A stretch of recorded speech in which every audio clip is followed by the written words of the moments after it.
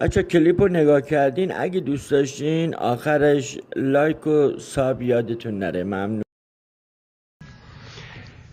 یه شب که من حسابی خسته بودم، همینجوری چشامو بسته بودم، سیاهی چشام یه لحظه سر خورد. یه دفعه مثل مرده ها خوابم برد. تو خواب دیدم محشر کبرا شده، محکمه الهی برپا شده، خدا نشسته، مردم از مرد و زن ردیف ردیف مقابلش واسطادن. چرتکه گذاشته و حساب میکنه، به بنده هاش عتاب خطاب میکنه، میگه چرا این همه لج میکنید، راهتون رو بی خودی کج میکنید. آیه فرستادم که آدم بشید، با دلخوشی کنار هم جمع بشید، دلای غم گرفته رو شاد کنید، با فکرتون دنیا رو آباد کنید. عقل دادم برید تدبر کنید، نه اینکه جای عقل رو کاه پر کنید. من بهتون چقدر ماشاءالله گفتم، نیافریده باریکالله گفتم. من که هواتون همیشه داشتم، حتی یه لحظه گشنتون نذاشتم، اما شما بازی نکرده باختید، نشستید و خدای جعلی ساختید. هر کدوم از شما خودش خدا شد، از ما و آیه های ما جدا شد. یه جو زمین و این همه شلوغی، این همه دین و مذهب دروغی. حقیقتا شماها خیلی پستید، خر نباشین گاو و نمیپرستید. از توی جمع یکی بلند شد ایستاد، بلند بلند هی صلوات فرستاد.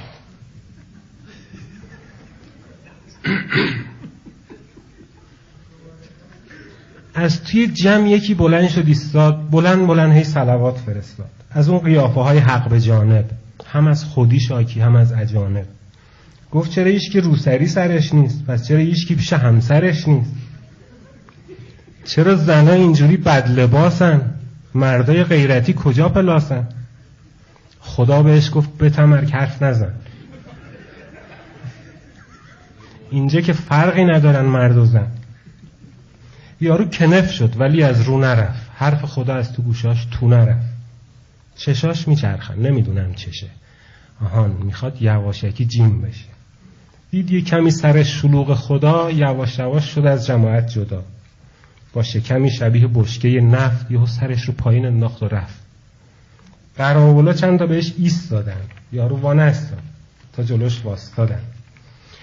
فوری در آورد واسهشون چک کشید، گفت ببرید وصول کنید خوش بشید. دلم برای حوریا لک زده، دیر برسم یکی دیگه تک زده.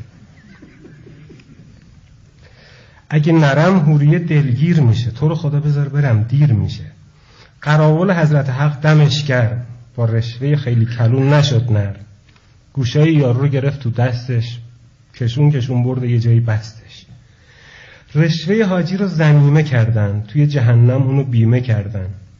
حاجیه داشت بلند بلند قر میزد، داشت روی اعصابا تلنگر میزد. خدا بهش گفت دیگه بس کن حاجی، یه خودم حبس نفس کن حاجی. این همه آدم رو معطل نکن، بگیر بشین اینقدر کلکل نکن. یه عالم نامه داریم نخونده، تازه هنوز کرات دیگه مونده. نامه تو پر از کارهای زشته، کی به تو گفته جات توی بهشته؟ بهشت جای آدمای باحاله، ولت کنم بری بهشت؟ محاله. یادته که چقدر ریا میکردی، بنده های ما رو سیاه میکردی، تا یه نفر دور برت میدیدی چقدر ولعالدین رو میکشیدی.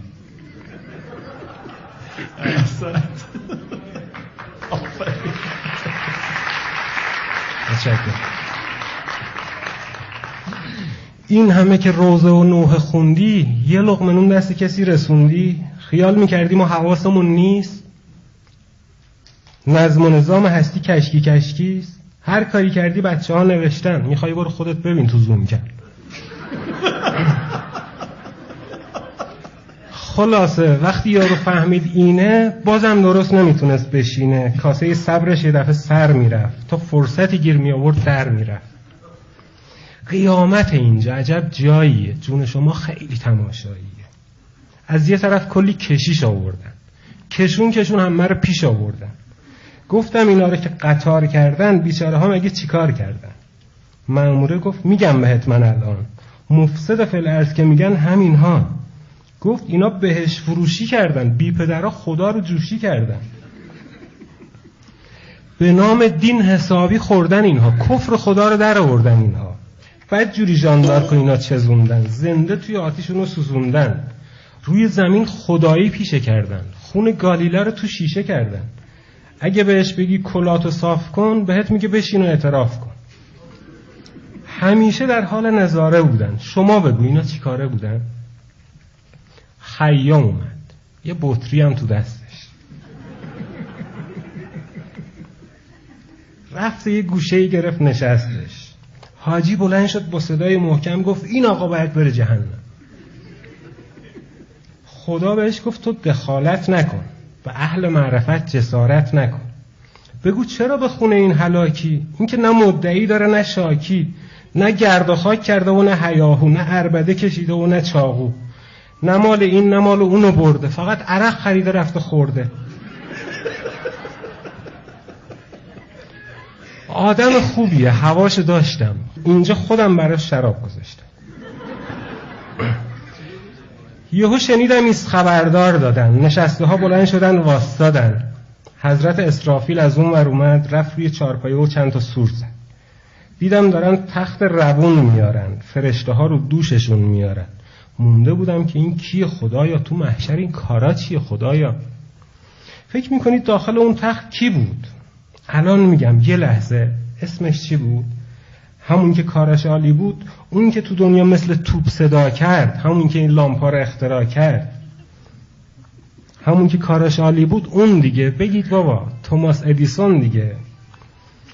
خدا بهش گفت دیگه پایین نیا، یه راست برو بهش پیش انبیا. وقتو تلف نکن توماس، زود برو، به هر وسیله‌ای اگر بود برو. از روی پل نری یه وقت میافتی، میگم هوایی ببرند و مفتی.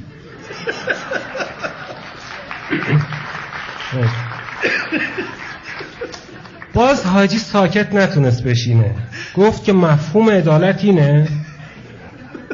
توماس ادیسون که مسلمون نبود، این بابا اهل دین و ایمون نبود، نه روزه رفته بود، نه پای منبر، نه شمر میدونست چیه، نه خنجر.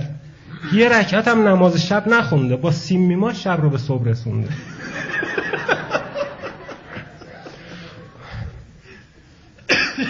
حرفای یارو که به اینجا رسید، خدای آهی از ته دل کشید.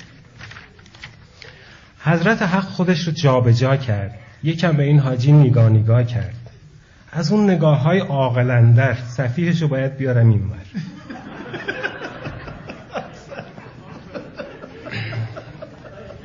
با اینکه خیلی خیلی خسته هم بود، خطاب به بنده‌هاش دوباره فرمود شما عجب کله خرایی هستید بابا، عجب جونورایی هستید. شمرگه بود آدولف هیتلر هم بود، خنجرگر بود رولور هم بود. حیفه که آدم خودشو پیر کنه و سوزنش فقط یه جا گیر کنه. میگید توماس من مسلمون نبود، اهل نماز و دین و ایمون نبود. اولا از کجا میگید این حرفو؟ در بیارید کله زیر برفو. اون منو بهتر از شما شناخته، دلیلش هم این چیزایی که ساخته. درسته گفتم عبادت کنید، نگفتم به خلق خدمت کنید. توماس نه بمب ساخته نه جنگ کرده، دنیا رو هم کلی قشنگ کرده. من یه چراغ که بیشتر نداشتم، اونم تو آسمونا کار گذاشتم. توماس تو هر اتاق چراغ روشن کرد. نمیدونید چقدر کمک به من کرد. تو دنیا هیچکی بی چراغ نبوده، یا اگرم بوده تو باغ نبوده. خدا برای حاجی آتش افروخت. دروغ چرا؟ یکم براش دلم سوخت. طفلی تو باورش چه قصرا ساخته، اما به اینجا که رسیده باخته.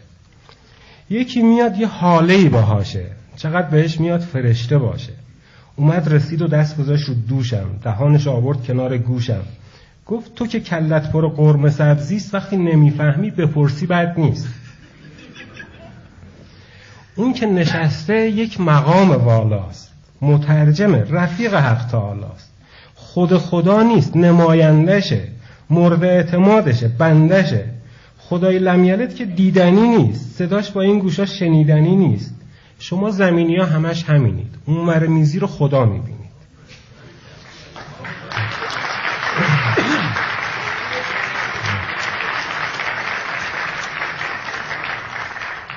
شما زمینی ها همش همینید، اون مرمیزی رو خدا میبینید.